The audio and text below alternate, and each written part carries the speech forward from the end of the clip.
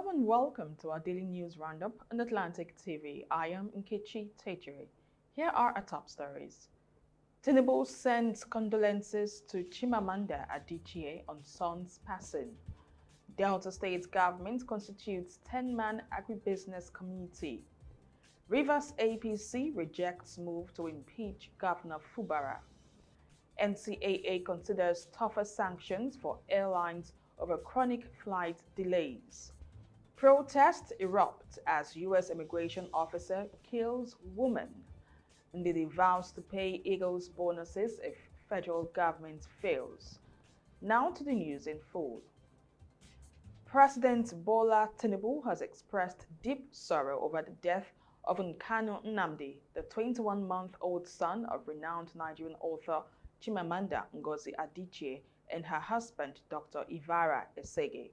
The child passed away on Wednesday, January 7, 2026, following a brief illness.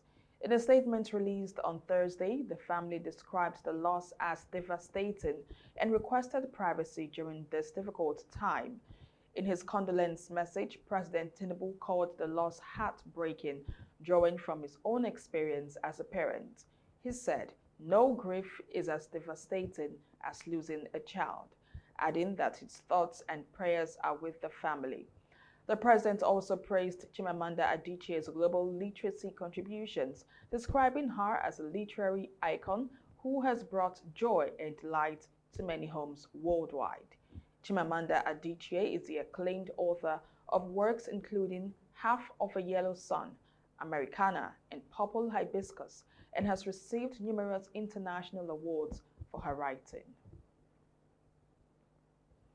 The Vice-Chancellor of the University of Ibadan, Professor Kayode Adebowale, has called on Nigerian leaders to embrace dedication, commitment, and institution building as key drivers of national development.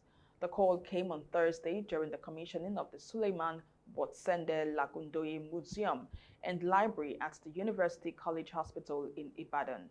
The museum, named after Nigeria's pioneering radiologist, the late Professor Lagundoye, aims to preserve historical records and serve as a training and resource center for future radiologists.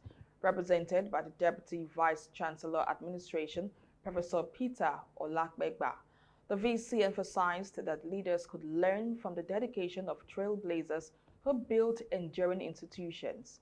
He said preserving institutional history is vital for progress and urged proper funding for documentation projects to inspire future generations. Professor Temitayo Ogundiran, Provost of the College of Medicine, praised Lagundoye for transforming radiology from a service department into a full academic discipline with influence across Nigeria and West Africa. In a heartfelt message, Mrs. Silifat Ladunjoye, the late professor's wife, remembered him as a kind, quiet, and devoted husband and father whose legacy continues to shape medical education in the country. The commissioning of the museum and library not only honors Professor Lagundoye's legacy, but also serves as a reminder of the importance of building strong institutions for national development. Delta State Governor Right Honorable Sheriff Oborevwori has inaugurated a 10-member steering committee to drive responsible investment in land-intensive agriculture across the state. The inauguration took place on Thursday in Asaba, with the governor represented by his deputy, Sir Monday Onyeme, who will also chair the committee. Governor Oborevwori said the framework is responsible for responsible investment in land-intensive agriculture known as FRILIA. Is designed to improve ease of doing business in Delta State, particularly in the agribusiness sector. He stressed that agricultural development remains a priority for the federal government and urged committee members to promote transparency in land acquisition, protect the rights of landowners, encourage inclusive farming models, and ensure environmental sustainability. Officials say the initiative could unlock a $750 million World Bank-assisted program for the state. The Commissioner for Agriculture and Natural Resources, Val Arenka, and the Director General of the Delta State Investment Development Agency, Anthony Okuri, explained that access to the funds is performance-based and tied to strict benchmarks. Also inaugurated were a 20-member technical committee to provide expert support and a 6-member grievance and redress committee to handle disputes arising from land acquisition for agribusiness investments. The Delta State government says the move is aimed at attracting investment, protecting communities, and boosting agricultural growth in the state. The Rivers State chapter of the All Progressives Congress has rejected moves by the State House of Assembly to impeach Governor Siminalayi Fubara and his deputy Ngozi Odu. The Rivers State House of Assembly had earlier initiated impeachment proceedings against Governor Fubara, citing alleged gross misconduct. Speaker Martins Amwewule describes the governor as a mistake during the plenary session. Reacting on Thursday, the APC, through its spokesperson Darlington Nwauju, describes the impeachment move as untenable and warned against actions that could destabilize the state's government. The parties stressed that the legislature's checks and balances are recognized, but rejected the impeachment process. The APC noted that the dispute appears linked to budgetary issues, reminding the public that 1.485 trillion naira budget approved by the National Assembly is in effect until August 2026. They argued the governor has the constitutional authority to manage budget without supplementary approval. The party also cautioned lawmakers, particularly APC members, against external pressures to destabilize the government, urging them to halt the impeachment process in the interest of democracy and development. The APC says it will take all necessary steps to protect its administration in Rivers State and called for unity to ensure continued progress and stability in the state. The senator representing Abia North, Orji Uzo Kalu, has declared a political showdown ahead of the 2027 general elections, vowing to work against the re-election of Abia State Governor Alex Oti. Speaking on Thursday at his country home in Igbere, the former Abia State Governor announced that he was withdrawing support for the Labour Party-led administration and would instead mobilize support for the All Progressives Congress. Kalu claimed he played a key role in Governor Oti's emergence in the 2023 election, but said their relationship broke down following comments by the governor's media aide, which he described as provocative. The senator said he would now focus on delivering Abia State to the APC in 2027, insisting that his decision to support his party should not attract criticism. Kalu also dismissed claims of Governor Oti's strong performance in office, accusing the administration of merely rehabilitating roads constructed during his tenure and neglecting rural communities. He argued that his own record in office included major achievements in infrastructure, education, and healthcare. In recent weeks, Governor Oti has been engaged in verbal exchanges with APC leaders from the state, including Deputy Speaker of the House of Representatives Benjamin Kalu, as political alignments ahead of 2027 begin to take shape. Political tensions continue to rise in Abia State as major players position themselves for the next general elections. The Nigerian Civil Aviation Authority says it plans to introduce tougher sanctions against domestic airlines over repeated flight delays and poor passenger handling. The announcement was made on Thursday via the official X handle of the NCAA's Director of Public Affairs and Consumer Protection, Michael Achimogo. He warned that recurrent inefficiencies in the sector would no longer be tolerated. He said, "We will be pushing for stiffer penalties against domestic airlines for chronic delays." While most disruptions are not caused by airlines, recent events justify heavier ramifications where inefficiency is repeated. He urged airlines to improve communication with passengers during delays and cancellations, saying mishandled information has fueled tensions at airport terminals. Achimogo also highlighted international precedents, pointing out that U.S. authorities recently fined JetBlue $2 million for chronic flight delays. Despite acknowledging the challenging operating environment, Achimogu stressed that some lapses are inexcusable. He reassured passengers and operators that the NCAA remains committed to fairness and accountability in the aviation sector. The move comes amid growing complaints from travelers about widespread delays. Between July and September 2025, domestic airlines operated over 17,700 flights, but passengers reported multiple cancellations and delays across major airlines in the past year, including Air Peace, Max Air, and United Nigeria Airlines. The NCAA says it will continue reviewing regulations to ensure compliance and improve service delivery across Nigeria's aviation sector. You're watching the News Roundup on Atlantic TV. We'll go on a short break. More news stories on the foreign scene and on sports, and we'll return. Don't miss out on exciting news, events, and more. Stay connected by following us on Facebook, YouTube, and Instagram at Atlantic Media and TV. Welcome back. A Nigerian man has been shot and killed at a bus terminal in Toronto, Canada.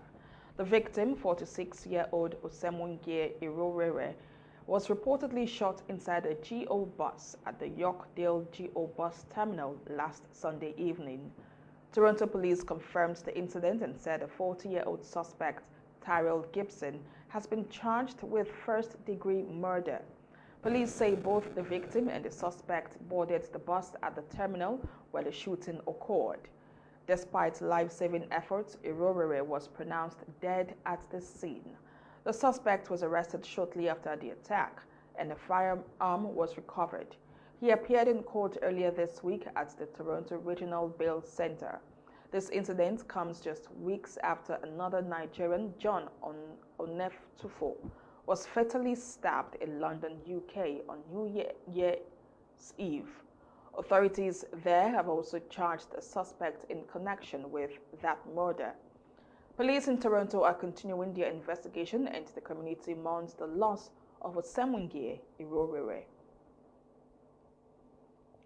Protests erupted in Minneapolis Thursday following the fatal shooting of a woman by a U.S. immigration officer, with federal officials describing law enforcement as under organized attack.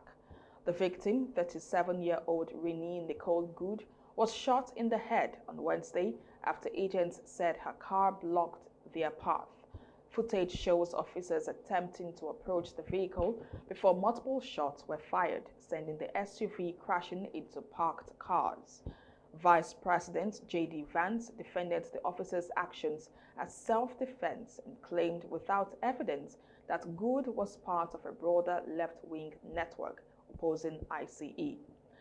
President Donald Trump and senior officials echoed that she posed a threat, while Minneapolis Mayor Jacob Frey disputed the claim. On Thursday, protests grew outside a federal facility in Fort Snelling. Officers used tear gas and pepper ball guns to push back demonstrators, detaining several in the clashes. Minnesota Governor Tim Walz called for state participation in the federal investigation, while thousands of residents held vigils at the scene, leaving flowers and candles to honor Good, who leaves behind a wife and 6-year-old child. Schools in Minneapolis were closed on Thursday and Friday amid concerns over unrest. Ow! What did he do? Fuck you! Fuck you! Get the fuck back! Stop now! Stop now! Shake!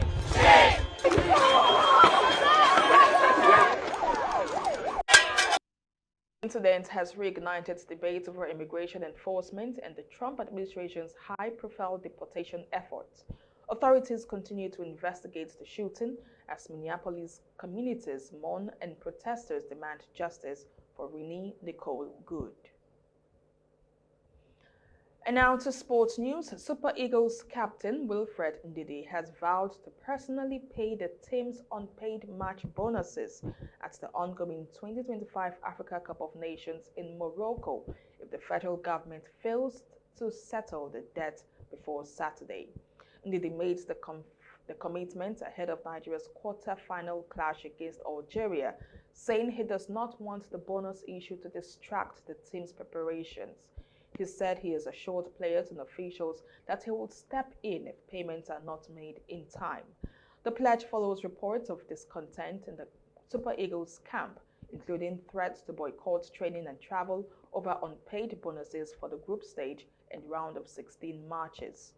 In response, the federal government, through the Minister of State for Finance, Doris Uzoka Anite, said steps have been taken to fast-track the payments. She confirmed that group stage bonuses have been released and cleared regulatory processes, with remaining payments expected to reach players' accounts between Thursday and Friday. Ndidi and his teammates have since arrived in Marrakech and resumed training ahead of Saturday's quarter-final showdown. Nigeria are chasing the fourth African Cup of Nations title, having previously lifted the trophy in 1980, 1994, and 2013. Paris Saint-Germain has defeated Marseille on penalties to lift the French champions trophy in a dramatic showdown in Kuwait.